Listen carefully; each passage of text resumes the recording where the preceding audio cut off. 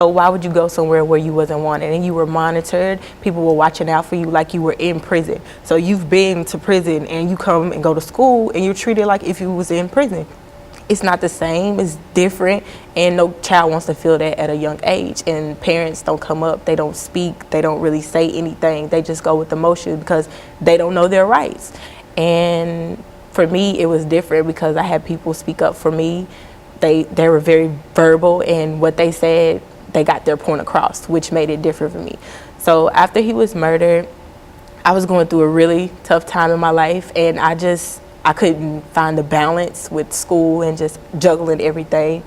And I was involved in an incident in school where I had played a part in a fight, but the principal had took statements and students said that I didn't, and I wasn't proven guilty, but I was still pushed out of school because they interpretation or vision changed of me because I was involved with it.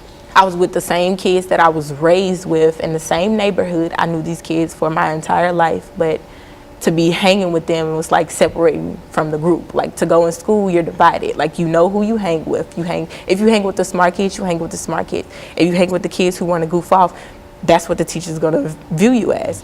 So I hang with those kids that goofed it off that day, and I received their punishment, and I didn't like it.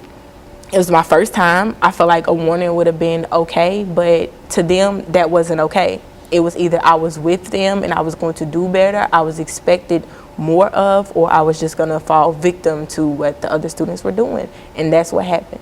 And so in the real sense, Ms. Fatuga, these are the students that you're working with, that you're trying to reach out, that somehow are not yet in the prison system, but because of some of the things that she indicated that are happening in their own lives, that they're almost destined to that, and you believe that you recognize that, and you've got some program that can deal with that. What are some of the first things that you do in reference to your program, Ms. Fatuga? One of the most important things, I think, is that we work to reshape the way that people view harm.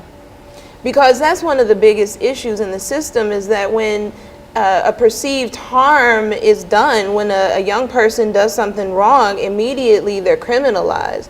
And we have to look at harm in the same way that we would want people